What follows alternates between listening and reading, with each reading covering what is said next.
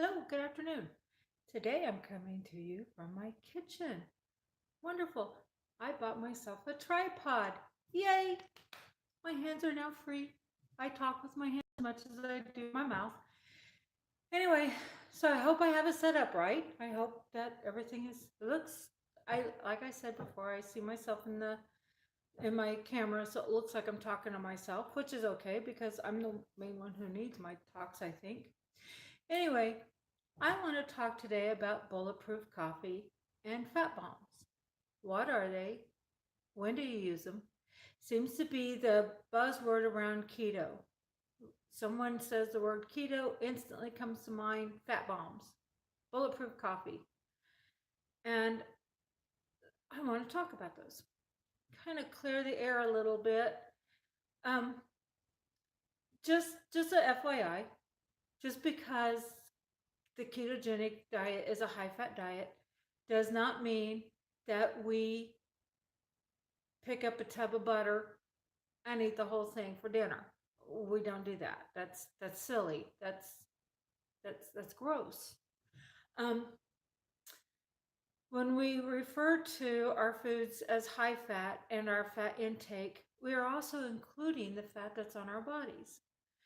So we become fat burning machines instead of glucose burning machines. And our bodies consume fat.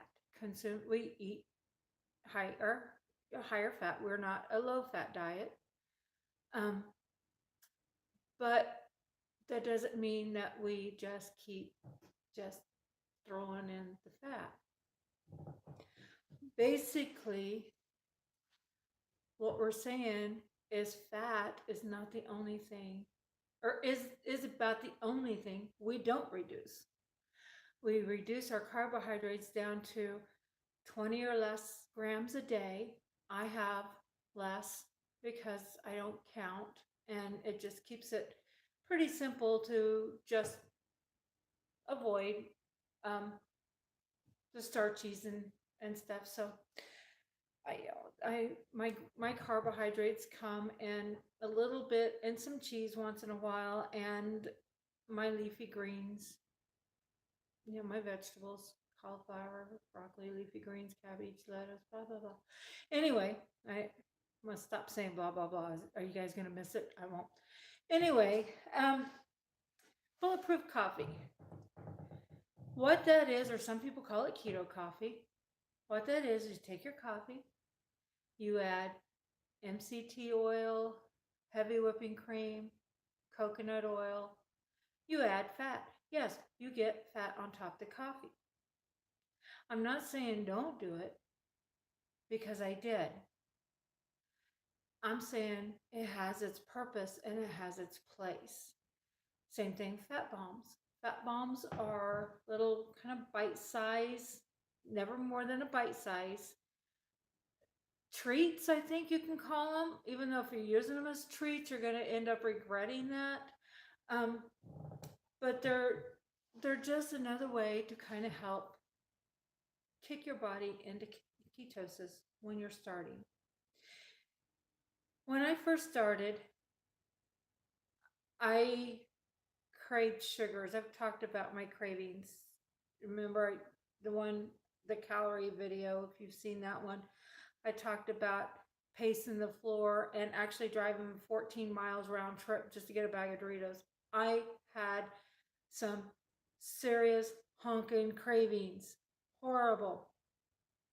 So when I decided to do the keto plan, I jumped in with both feet.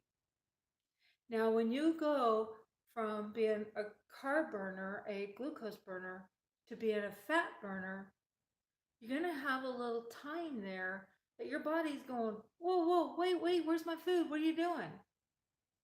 It usually only lasts about a week or so. So it's not crazy.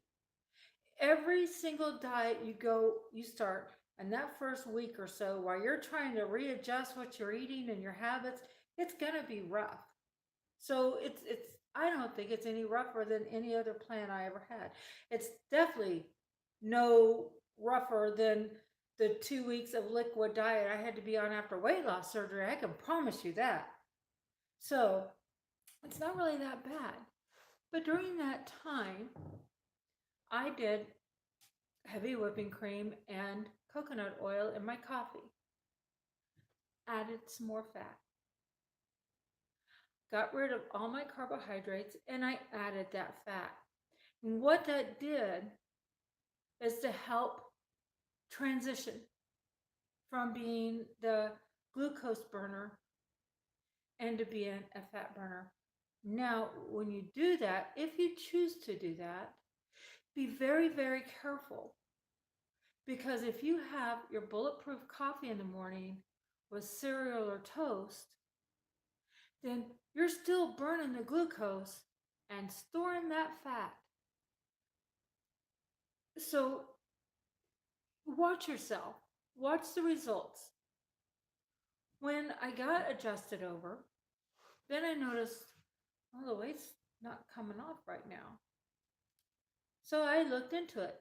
Oh, well, if you're taking in as much fat as what your body's really needing, or, I mean, really, you add too much fat, your body is going to burn that fat you're taking in and not the fat you've got stored.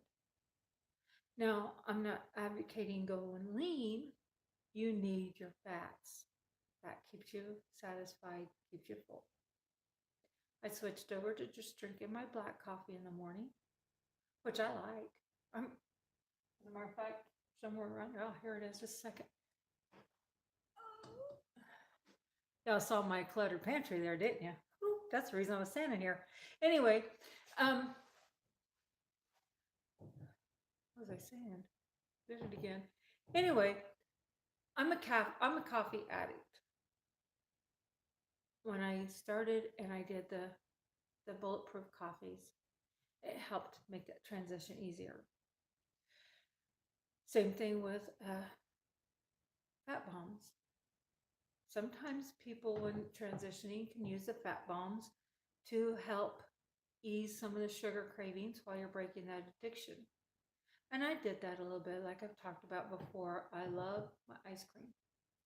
And so I made a fat bomb concoction with cream cheese, vanilla, artificial sweetener, and mixed it up, made it like a cheesecake filling, and kept that in the refrigerator. And then the next time I made it, I used less sugar and less sugar, to where now I'll take an 8-ounce block of cream cheese if I just decide I want something. Take an 8-ounce block of cream cheese, I put some vanilla in it, I put maybe a teaspoon of swerve in it, and that's all I put in it. I don't need it sweet. I don't even like sweet anymore. And fat bombs kind of helped with that. So if you go straight, you can. The fat bombs and the bulletproof coffee just kind of help with the transition. And once you get transitioned, if you notice that your scales aren't going down, or you notice that you're just not making the progress you were at first, then cut out the fat bombs. Cut out the bulletproof coffee. There's no requirement that says you have to have X number of grams of fat a day. You are supposed to have or consume the majority of your calories from fat, but like I said, that also takes into consideration the fat you got stored on your body. So if you convince your body to burn fat by feeding it fat at first, and you make that transition and you get into ketosis, then you can easily cut back on the bulletproof coffees and cut back on the fat bombs, and you'll find you don't need them anymore. Now, again, I'm not saying don't, because there are times. Now, there are some mornings when, I've mentioned before, I like to push my breakfast off until 11. If something's going to happen and it looks like I'm not going to be able to eat at 11 or 12, and I'm still a little nervous of the munchies and random eating, I'll put a little heavy cream in my coffee. I don't put the coconut oil in there anymore. I will add a little fat to my coffee to go, and that carries me over, because fat is satiating. I don't do fat bombs anymore. I keep a little bit of the cream cheese in my refrigerator, just simply because even though my acid reflexes improved a lot, once in a while, it'll still whisper it's there, and I find that that kind of helps coat the esophagus, and I don't have the burn from the GERD anymore. And I'm talking, when I say that, I mean a teaspoon. I don't mean an 8-ounce serving. I don't mean half a cup. I mean a teaspoon. I take that, I eat that, I'm fine. I'm good. And I'm promising you can be too. You can be too. But remember, if you're doing the fat bombs or bulletproof coffees, make sure that you are watching your progress and make sure you're not doing it with carbs. Do not do bulletproof coffee and toast in the morning for breakfast. You will burn the glucose of the toast and you will store the fat from the bulletproof coffee. It's pretty much my take on it. It's been my experience so far that they're excellent tools, but they're not really a mainstay of the ketogenic diet. So if you get new at this and you're checking into it, yes, you're going to read about them. You're going to see a lot of, there's companies that's marketing bulletproof coffee. They're in there to make money. They don't care if you lose a pound or not. They just want to sell the product. So keep that in mind. It's not, it's, you can do it without it, and you can do it well without it. It's just a tool to help transition over either from one meal to another meal in the event of fasting or prolonged space between meals. It's a good tool for transitioning either from being a carb burner to being a fat burner, or transitioning from being a sugar addict to not. So it's, that's the way those work. And I don't do either one anymore. You know, if I was to have a long day and I know that I wouldn't be able to eat my first meal until about 3 o'clock, I would probably take a chicken boy and put a little spoonful of butter in that and drink that. But it's not an everyday drink. It's not something that is a mainstay. I don't live off of bulletproof coffees. I drink black coffee. I don't. I've got coconut oil here. I like coconut oil. I've used it when I do my bulletproof coffee. That's the fat I choose to put in it, is coconut oil and not butter. I tried the butter. I wasn't much crazy about that. But when I got to the point where the weight started stalling, I mean, I was losing, and then it kind of stalled for a long time. I looked at it. I cut that fat out. It started moving again. So anyway, I'm going to go to my niece's volleyball game today. So everyone have a good afternoon. Stay warm. It's cold here. And I swear this shirt's going to drive me nuts. It's going to drive me to drink, except I got to find some keto to drink. Anyway, so have a good day. I love y'all. Remember, the reason for the videos is for motivation and support and encouragement, because if I can help the whole world feel as good as I feel right now compared to how I felt before, I would feel like I've accomplished world peace. It is amazing the difference that I felt before or now from before. So keep it keto.